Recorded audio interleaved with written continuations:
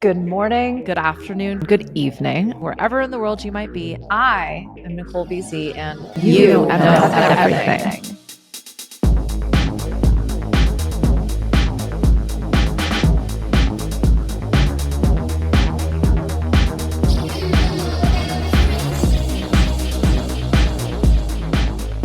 Alrighty, my friend, I know why you're watching this, and I have struggled with the same thing too. Manifestation, law of attraction, the universe is always conspiring in my favor. Trust, security, faith. We've gone through hell to get to this point, not just individually, but humans in general. And this idea that if we hope it will come is neat. But in practice, when you've been doing your very best, when you've been working your fucking ass off and you've done everything that you're supposed to do, but yet all of these things you're manifesting and dreaming and desiring aren't here, waiting for it doesn't help. It doesn't feel good. It certainly doesn't reinforce any faith or hope in what it is that you're doing and creating. And patience doesn't feel like a virtue. It's not a virtue. Delayed gratification doesn't put food on your table. It doesn't put a roof over your head. And today, tonight, this morning, in this moment, we want the things we've worked really hard for and, dare I say, deserve. I know that word can be a little bit debatable for people, who's to say what anyone deserves or why I would deserve something more than you. And I think that comes from the fact there's this sense that if I deserve it, then you don't. All of this is just outdated fear programming to get you to do a thing, internalized, externalized, ubiquitous. The struggles that we tend to experience in society and in connection with others kind of all come from the fact that if I have something, that means you don't. And I don't know where the fuck that came from. I don't know. There is plenty out there. Obviously, I'm privileged. Obviously, I have the agency to say that. I'm not talking about when we've all been in situations where we don't feel like we have access to the very things that we need to survive. And that is fucking terrifying. I'm speaking generally in terms of this concept that I work really hard. I have goals. I'm doing my best. Why haven't I achieved them yet? Right? Our brains, and I know this has all been said 1,100,000 fucking times, but our brains were not designed to cope with delayed gratification. If we didn't eat, we died. If we didn't drink water, we died. If we weren't in community with others, we most likely would die. But yet we're afraid of not having these things to the point where we make these detrimental decisions in the moment that are knee-jerk reactions to the fact that we're experiencing a delay in our reward. So, delayed gratification, it is a phrase that makes suffering sound delightful. Denial sound doable, even desirable. And here's the thing, it can be, but it's not what you think. So how do you keep yourself from an immediate win in order to invest in a long-term gain? How do you learn to trust this will all work out, even when everything sucks right now? I'm going to go through some steps to support you in growing your delayed gratification muscle. But it's not the result that we seek. It's not why we go to the gym or why we take on the new job or set seemingly impossible metrics and targets for ourselves. We're not doing this to get ripped or to get rich. This is about our own satisfaction and our own ability to celebrate our success in the moment, especially when we are losing, especially when things are hard, when we feel defeated. The fact that you showed up or even attempted the damn thing can actually be the gratification without delay. Oh, God, that sounds so annoying, but I promise you, there are some very unexpected benefits here when we start to understand why patience feels like a punishment and why delayed gratification is a euphemism. So why do we take the easy way out when we know better? Like you're on a diet, or, you're at the gym, or you're focusing on a project, or you've just undertaken like a new contract or commitment. And 3 steps into it, we're like, fuck this, it's too hard, I'm out. Or maybe 300 steps into this, we're so close, we can actually taste the finish line, and we give up. Why does that happen? What sucks so much is that, like, oftentimes this isn't even a real conscious experience. Like, I've been waking up at 3:30 in the mornings because I have a lot going on in terms of my growth and my own businesses and the challenges I'm undertaking. Like, there is this level of stress, of adrenaline and cortisol that is like coursing through my veins. Doesn't matter how much hot yoga I'm doing, how much meditation I'm doing, how many long walks outside I'm having. Like, it's there, it's real. And I wake up in those moments with thoughts and narratives threatening my very ability to survive. They're not real. The dream I had last night was going back to a terminal illness diagnosis I had when I was young. I woke up thinking I was living with that illness again. And it took me a minute to like get out of that. Like, like, what am I doing? Like, why does any of this even matter? I'm dying. Like, we can get so focused on these end results or these metrics or these goals that feel out of our control. And then when they haven't been achieved, we tell ourselves we're failing because we're literally having a autonomic response to survive. So it does take practice. It does take an understanding that by overextending, overcommitting, being ambitious, we are saying like, yo, this thing's going to take a minute. Am I okay with that? Am I willing to continue to step this out? And how can I know that at least the next step I take is successful? So how do we start to really invest in the short-term gains so that we get to the long-term investment?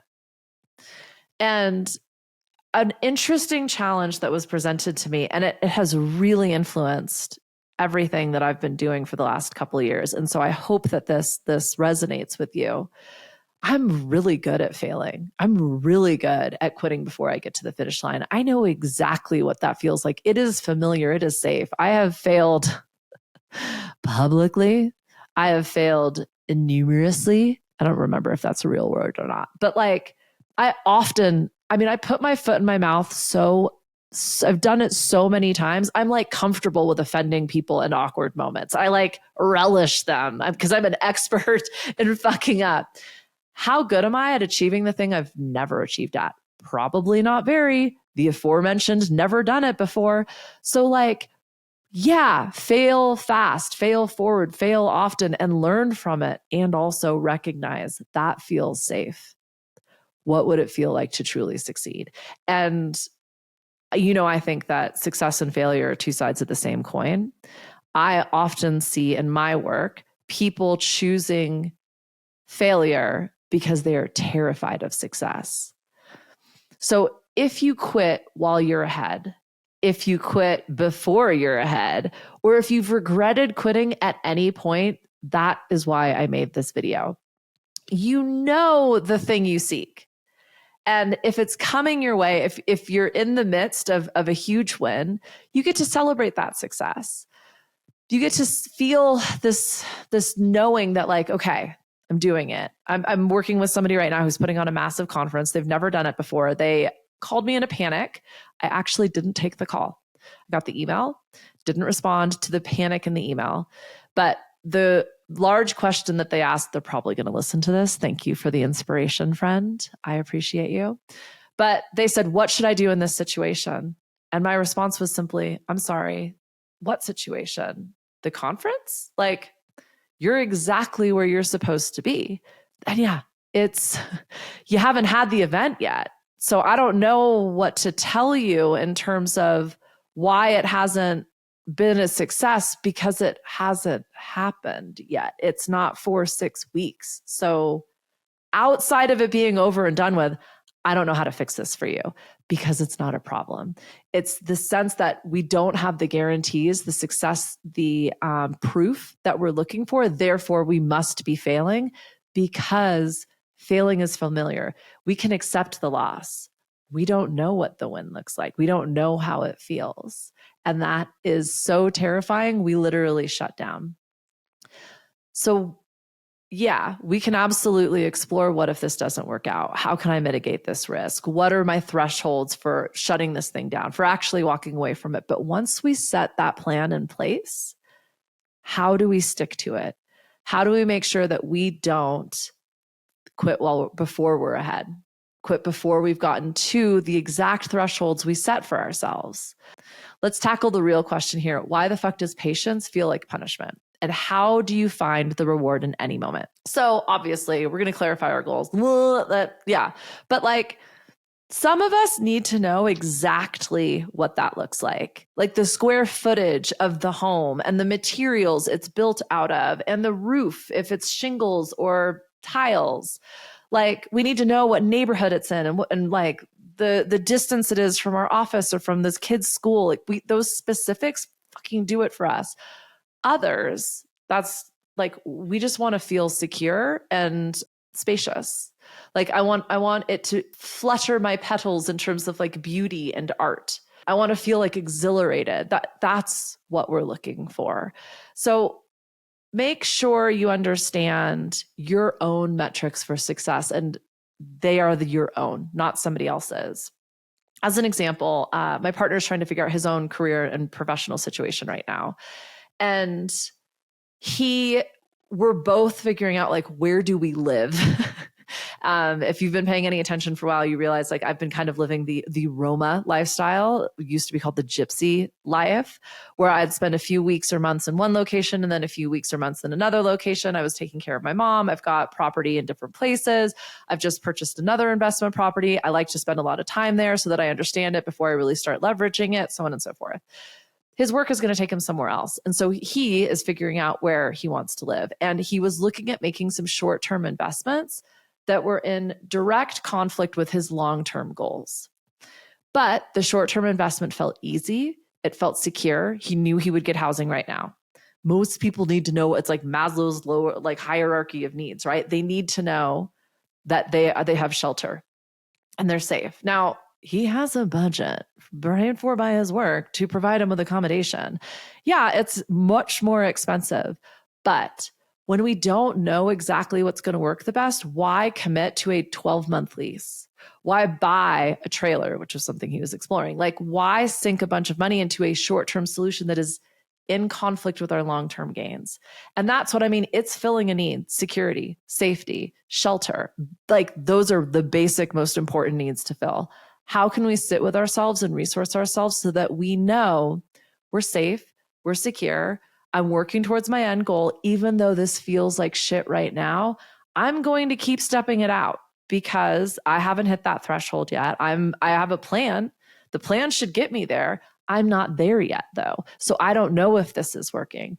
That is just a quick example in terms of, like, in the moment, we can feel very pressured. We can have very good reasons to stop. My suggestion is that it might be because we're much more accustomed to quitting before we're ahead than we are to actually getting ahead. So before you can effectively practice delayed gratification, it is essential to know your long-term goal. Like, feel your long-term goal in your body. Close your eyes, visualize it, see it. I work with Noah Lamport, who talks a lot about Neville Goddard's imaginational techniques. I highly recommend that Synchronicity podcast that he's got. This idea of visualizing your goal. Now, for some of us, again, it's 20 years. It's an indiscriminate amount of time into the future because it feels so far away. That's cool. I play with that vision all of the time. I have a lot of experience with this imaginational technique. When things get really fucking hard and scary, when I'm waking up at 3:30 in the morning thinking that I'm dying, I laugh, but it's true. I scale that imaginational technique back to the next day. And I sit there and I feel like what tomorrow's going to feel like in that moment, when it's ideally not 3:30 in the morning, but let's say 11 o'clock at night and I'm in bed. I reflect back on the day that I've had and how amazing it was. How what I got through, what I accomplished, the conversations that I had, the way that I felt in connection with people in my work, and the food that I ate and the workout that I had. Like, I take it to one day, like literally this moment in 24 hours. That visualization can help you in those moments. Why? Like, why does that help you? These are the immediate gratification triggers we can actually put into place for ourselves that literally retrain our physiological response to stress. You know, my boyfriend, Andrew Huberman, I love you. I love you. Call me. He talks a lot about the science that is happening in these metaphysical concepts. So manifestation, law of attraction, mindset, right? Like, you know, I'm woo AF, so I don't mean to belittle those concepts whatsoever. However, it takes practice, I think, to really bring those into our experience and into the moments when we're feeling like shit and stressed and trying to avoid all of the horrible things our mind is telling us is fact. The reason that's happening is, again, we go back to this evolutionary, developmental, physiological response that our brains have learned, like, at some point, bitch, you're not in charge anymore. I am shutting your shit down and we are walking the fuck away from this because I have so much stress. I have so much adrenaline, cortisol, neuroepinephrine, I think is what he calls it, like pumping through my body. Like, you're not in charge anymore. We're shutting down. Bye-bye. We're out. Deuces. When we build in these immediate gratification triggers, this visualization technique literally releases dopamine, balances out that chemical response, gives us the actual frame of mind, the ability to stop zoning into this pain point and remove the blinders and see this 180 degrees that are available to us, start thinking laterally, creatively, and bring back that trust and that faith that, like, yo, I'm sitting in a beautiful home right now in a bed with food in the refrigerator, like, and everything I need provided for me. And also, that was just a dream. We're okay. And I do have the proof and the evidence that sometimes we're not okay. That doesn't make it real in this moment. And in fact, we were able to overcome it then. We're probably going to be able to do it. Let's think about what happens just in the next 24 hours that feels so amazing. Pump up that dopamine. Let's go back to sleep, right? So be aware of the triggers that will cause you to seek immediate gratification, that will say, like, I'm quitting before I get ahead. I am not willing to sit in this punished patient state any longer. I'm eating the ice cream. I'm skipping the gym sesh. I am staying out all night. I'm having one more drink. I'm yelling at this person in this moment because I feel threatened. I'm taking this as a direct threat and you know, freezing, fawning, because, like, my nervous system has not yet had the practice to experience this chemical rush and actually recognize it for what it is, a reaction. I think that's all that I wanted to say. Just in terms of, like, I think it's really, really, really important. This is part of goal setting theory. This is management theory. Like, there are so many scientific studies that talk about, like, you do celebrate the baby steps. This person that was having this big conference told me that they had sold, I think it was like 22 tickets. They need to sell about 200. And I asked, like, are you stoked on that one ticket, let alone the 22? I don't know that they were, but when they started selling more tickets, they would tell me and celebrate, and we could celebrate together. Like, every ticket sold. We see this so much in, like, social media as well. Like, are you happy about the 15 likes you got? Or are you stressing about the 1,500 likes somebody else got? Like, if you can't celebrate those 15 likes, how do you think 1,500 are going to make you feel? Like, there's just going to be another 1,000 likes that you don't have. And that's what you're worrying about. So it truly is not just mindset, woo, brouhaha to say, like, celebrate every step. It is actually how you train your brain to release dopamine on command, so that you can walk up a steeper hill, so that you can walk a further distance, so that you can set bigger, badder, scarier, more intimidating goals, and, like, expand this ability for ambition. With that, it is bringing ourselves into this moment. This is some woo brouhaha here, like this practice of mindfulness, of presence, of emotional regulation. Only you can manage that process for you. No one else can make you feel safe if you feel threatened. No one else can give you the security you need in a moment where you feel as if you're being victimized. It's not for me to pat you on the back and tell you it's all going to be okay. In fact, I'm patronizing you. I'm suggesting you can't support yourself when I do that. Understanding, like, I'm having a really big feeling right now. Feelings are simply information. I don't feel safe or secure. What can I do to give myself that security without judgment? I'm getting into a binary. I'm getting into a fight. I feel like if you have something, I don't get it. I'm in a binary. I know this is a multiple choice test. And right now I'm playing true or false. There are always at least 3 options. If I don't see that right now, am I willing to pretend and therefore seek out another opportunity that actually feels good instead of these two that feel like shit, this playing not to lose concept. And we move up this energetic ladder. That can look like a plan with milestones, but like, again, make sure that in this long-term plan you're creating for this long-term investment, you've got smaller achievable milestones. They should feel like stretches, but with goal setting theory, what it talks about is if everything feels impossible, we're not going to do it. If you give your team, if you give your family impossible targets to hit, like they're not going to try and hit them. We won't truly commit to something. Our brains are like, that's impossible, so why am I going to bother? It is amazing. Like you can have the long-term impossible goal, but then you set something that does feel doable. That's how we start to understand and learn and improve and ultimately not just achieve that impossible goal, but every impossible goal we put in front of us. You do need to stretch yourself. You also need to believe that you can do it. That is like the secret behind that is that's how you build confidence. If you're continually failing or setting impossible goals, you're going to stop trying because you don't have any confidence.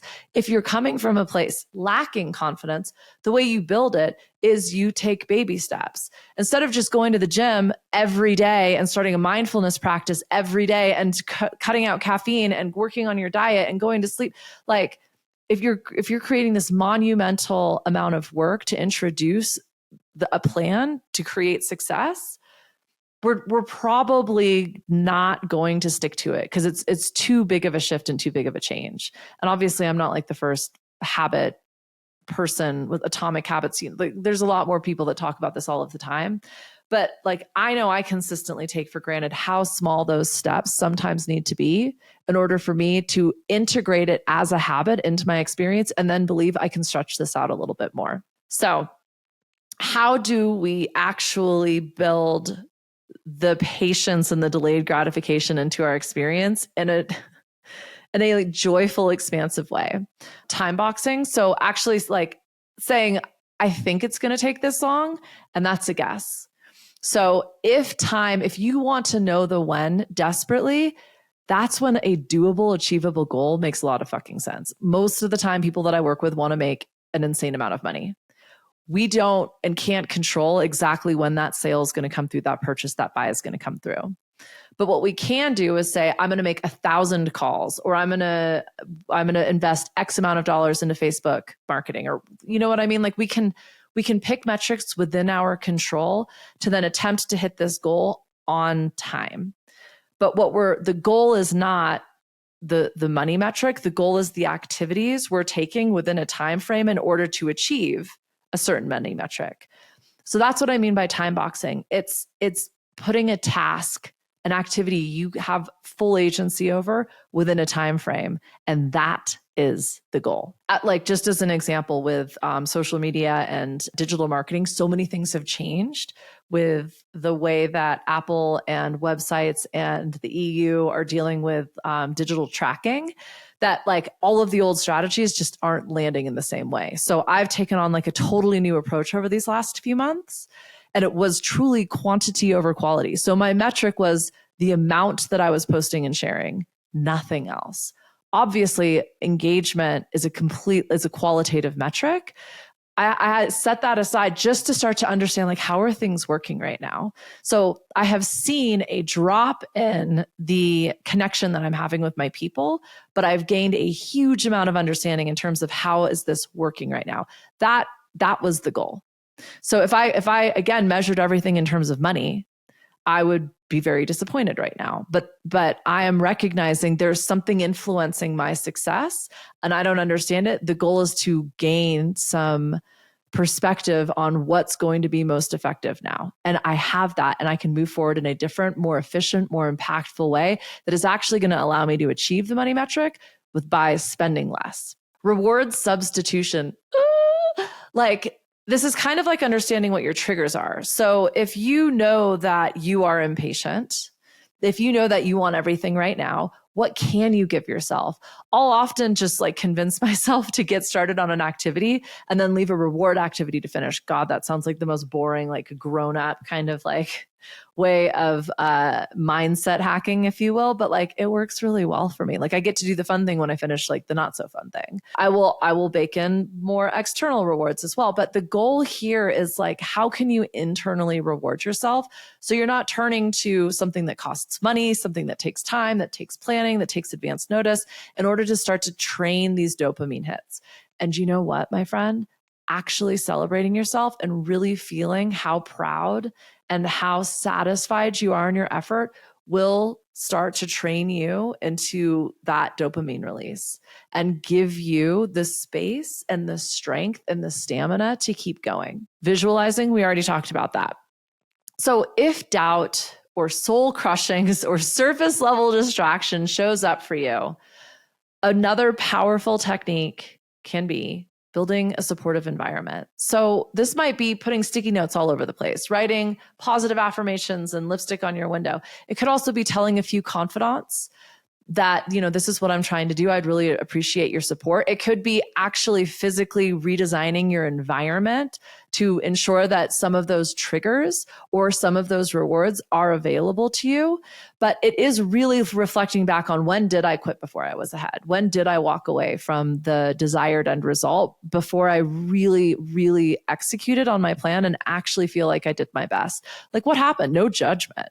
That's the benefit of failing fast and failing frequently, of making mistakes. We get to learn from them. They are empowering. When we understand like what was our state of being in that moment when we made the decision that ultimately we wouldn't make again. That's how we get to grow, expand, and achieve things that we haven't done. We try something different. We are willing to experiment. So mastering this concept of delayed gratification so that it becomes a powerful skill. It shows up like consistency, self-awareness, and ultimately resilience. You clarify your goals, you understand your triggers, you do practice a little bit of mindfulness or emotional regulation because you have a plan and you understand, like, I'm not going to get to my desired destination immediately. Like, you put a destination in Google Maps, it's not like click your heels three times and you've arrived. It gives you 15 steps. And it tells you how long it's going to take you to get to each of those steps. So rely on that plan to support you, to guide you. And maybe something's like going to change in real time and you do need to take a different route or you do need to take a different path. That's the beauty of having a plan. I say plans are meant to be broken. You should be looking at it and responding in real time and adjusting. That doesn't have to look like sabotaging yourself, right? Like when you're doing it because you're recognizing this is becoming more effortful or this is unrewarding, how can I approach this differently? And that, I think, is the final question to really ask yourself. What do I really love? What does make me feel really good? When am I doing my best? How can I apply that energy, those feelings, those thoughts to this thing that feels really hard? I guarantee you have overcome and achieved incredible things. They probably felt pretty easy for you, or you take them for granted now and you forget how hard it was in the beginning. It's those same skills, the willingness to learn, the willingness to try, the willingness to step it out. And then, of course, the 2020 hindsight in terms of how long it actually took you to get to this place where it's just second nature. You don't even remember how hard it was to learn that thing. Those are the skills you can apply in this instance to keep going and to not think about it in terms of delayed gratification. Like, you have the opportunity to gratify and satiate and celebrate yourself in every single moment. So, you know what it feels like to fail, but what would it feel like to truly succeed? Can you imagine the eyes on you? What do you think you'd be risking? The expectations you'd need to fulfill. Promise you the second, and like, this, you climb that mountain and all you see are higher peaks all around you, and you want to climb those too. So it can be incredibly counterintuitive to support yourself, to take that break, to walk away for a moment, to pat yourself on the back, to do a little happy dance, because we're not all the way there yet. We haven't done the whole thing yet, but you showed up. You tried. You're here right now. Do a little happy dance. Give yourself some love. You're watching this because you're ambitious, because you want bigger, better, greater things. And it is through taking these steps to expand yourself and learn and grow that you are doing that. So not everything has to look like the actual fucking activity. If we get to a point where we're exhausted or we're stressed or we're in doubt or we're waking up at 3:30 in the morning, reward yourself. Remind yourself like, hey, we're on a journey. This is a chemical response. It's time for me to emotionally regulate. I've got a whole bunch of different energy stacking activities that I can rely upon to move myself up that energetic ladder. And I might be in a state of level 1 or 2, that victim or fear or force or bullying energy, because I need a fucking break. Because I'm defaulting to old tendencies that are no longer serving me. I'm beating myself up. I'm telling myself this isn't going to work. And I don't understand how to actually celebrate this moment because it's not where I want to be. Yet it's exactly where I am. And I worked really hard to be here. Yay. So it does feel cheesy. It will feel undeserved. But, and yeah, like I guess what I'm saying is like take your foot off the pedal even while you're driving full speed ahead to your desired destination. You're going to slow down. And what if that is exactly the thing that allows you to create everything you've ever desired? That's the concept of patience that feels so punishing.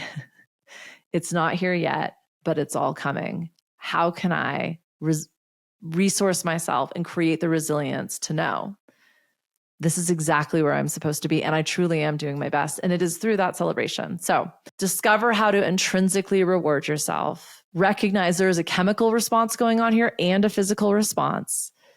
You can do this without going harder, faster, longer, more, as Daft Punk would say. And honestly, the anticipation, the investment in your desired end result can truly be the reward.